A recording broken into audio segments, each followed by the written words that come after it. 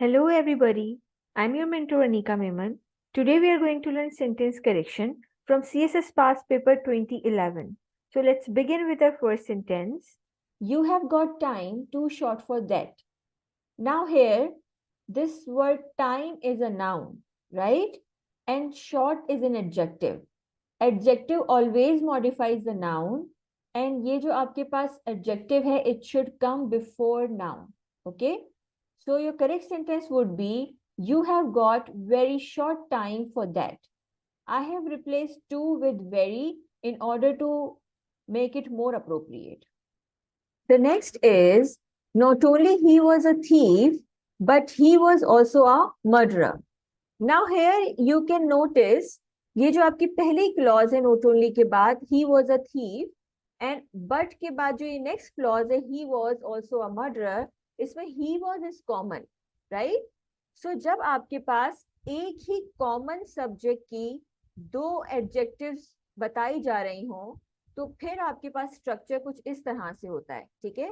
आप सब्जेक्ट और वर्ब पहले लिख देंगे, उसके बाद नॉट ओनली, और नॉट ओनली के बाद एडजेक्टिव नंबर 1, ठीक है, फिर बट ऑल्सो, और उसके बाद adjective number 2, right? And but also say पहले आप यहाँ पर कॉमा प्लेस करेंगे. सो लेट्स सी कि आपका स्ट्रक्चर जो गिवन है इन द सेंटेंस, क्या वो ये स्ट्रक्चर फॉलो करता है?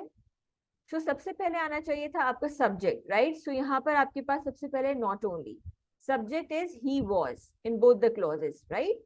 सो आप इस कॉमन सब्जेक्ट को एक ही बार लिखेंगे, ही वॉज, राइट? उसके बाद नॉट ओनली आपके पास आ गया. देन एडजेक्टिव नंबर 1, एडजेक्टिव 1 आपके पास है a thief comma, but also next है आपके पास, एंड एडजेक्टिव नंबर 2 फिर आप लगाएंगे अ murderer, right? So your right sentence would be, he was not only a thief, comma, but also a murderer, full stop. The next is, they thought that the plan would be succeeded. Now here this is an indirect speech, right? Indirect speech का जो first part है, they thought, this is called reporting speech, okay? और ये जो that के बाद वाला part है, that the plan would be succeeded, this is called reported speech. अब आपकी जो ये reported speech है, इसमें कुछ mistakes हैं, ठीक है? पहले हम समझ लेते हैं यहाँ कहा क्या जा रहा है. यहाँ कहा यह जा रहा है कि उन्होंने सोचा था कि प्लान कामयाब हो जाएगा, ओके? सो क्योंकि आपकी रिपोर्टेड स्पीच पास्ट टेंस में है, आपने यहाँ पर वर्ब के चेंजेस किए हैं, ठीक है? लेकिन अगर हम इसको डायरेक्ट में लेकर आए, ये इनडायरेक्ट स्पीच है ना, अगर हम इसको डायरेक्ट में लिखें कि मेरा प्लान कामयाब हो जाएगा या प्लान कामयाब हो जाएगा, उसको हम कैसे लिखेंगे? Simply, the plan will succeed, right? Not will be succeeded हम नहीं लिखेंगे, हम बिला वजह उसको पैसिव में नहीं लेके जाएंगे, okay? So the plan will succeed का इनडायरेक्ट कैसे बनेगा? The plan would succeed, right? तो यहां से आप बी रिमूव कर दें, सक्सीडेड का ईडी रिमूव कर दें, और आपका सेंटेंस करेक्ट हो जाएगा.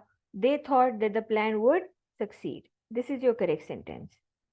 The next is, it is unlikely that he wins the race. Now here, unlikely. This word shows that this situation is unlikely or uncertain, right?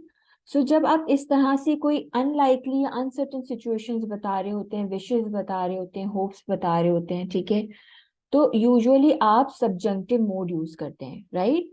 और सब्जेक्टिव मोड में अगर आपके पास प्रेजेंट सिंपल टेंस में ही wins the race है, तो आपके पास जो ये सब्जेक्ट है उसके लास्ट में एस नहीं आता, right? So he she it के साथ या सिंगुलर नाउन के साथ हम प्रेजेंट सिंपल टेंस में जो एस लगाते हैं, वो S E S I S, वो हम एक्सक्लूड कर देते हैं यहाँ से, ठीक है?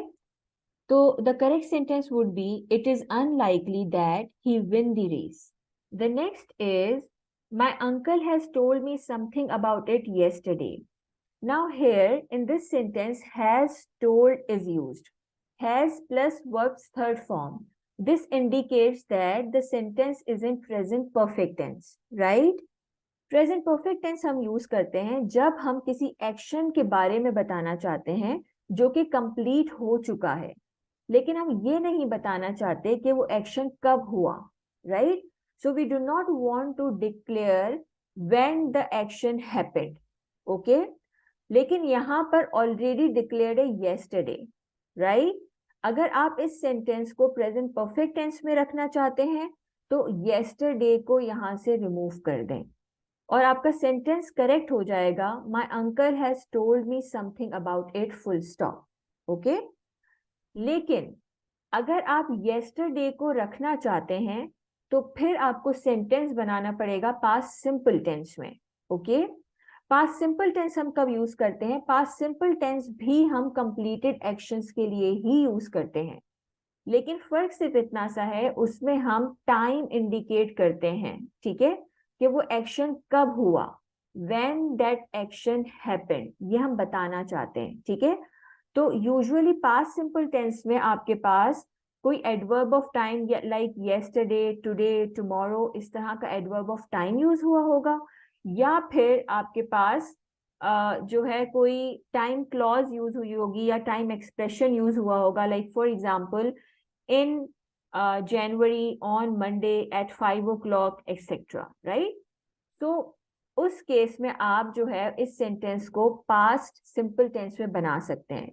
सिंस यहाँ पर yesterday यूज हुआ है, so you have a choice, आप इसको पास्ट सिंपल टेंस में कर दें, लेकिन उस केस में आप हैज रिमूव कर देंगे, ठीक है। So my uncle told me something about it yesterday would be your correct sentence. यहाँ पर जो टोल्ड है that is your second form of the word, जो कि पास्ट सिंपल टेंस में यूज होती है, right. So these two can be your correct sentences. The next is, I hope that by the time I would have got there, it would have stopped raining. Now, here the examiner wants to say कि मैंने उम्मीद की थी कि जब मैं वहां पहुंचूंगा तो बारिश रुक जाएगी, ठीक है। अब क्योंकि जो सेंटेंस है वो सेंस दे रहा है कि एक पास की अनरियल सिचुएशन है या पास में कोई काम नहीं हुआ और एग्जामिनर ये बता रहे हैं कि उन्होंने ये उम्मीद की थी, ये होप थी उनकी, ठीक है। तो ये बिल्कुल कंडीशनल क्लॉज, कंडीशनल टाइप 3 की तरह से, ठीक है। और कंडीशनल टाइप 3 में जो फर्स्ट क्लॉज आपके पास इफ वाली क्लॉज होती है, उसमें आप यूज करते हैं पास्ट परफेक्ट टेंस, राइट। और जो नेक्स्ट क्लॉज होती है आपके पास, उसमें आप यूज करते हैं would have verbs third form, ठीक है। तो would have verbs third form तो यहाँ यूज हुई है, ठीक है, लेकिन यहाँ पर पास्ट परफेक्ट टेंस नहीं यूज हुआ, ओके। तो आप सेंटेंस को इस तरह से भी लिख सकते हैं, I hope that by the time I had got there, comma, it would have stopped raining, full stop, right? So this can be your correct sentence.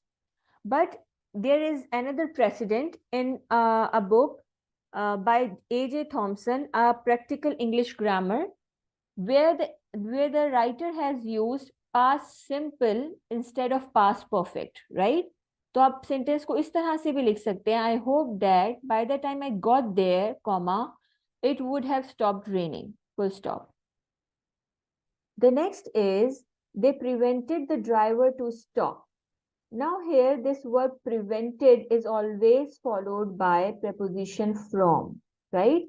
So prevented to stop नहीं होगा, prevented from होगा, ठीक है। And जब आप prevented from लिखेंगे उसके फौरन बाद कोई जेरेंड आना चाहिए, ना कि इंफिनिटिव फ्रेज, राइट। तो यहाँ पर आप स्टॉप के बजाय स्टॉपिंग कर देंगे। जैसे कि फॉर एग्जाम्पल मैं आपको कहूँ, good hygiene can prevent you from getting sick, right. Prevent you from getting, not to get, okay, getting sick. So the correct sentence would be, they prevented the driver from stopping, full stop. I hope this lesson has been fruitful for you. If you want more such learning content, be sure to subscribe to my channel and press the bell icon. Thank you for watching. See you the next time. God bless.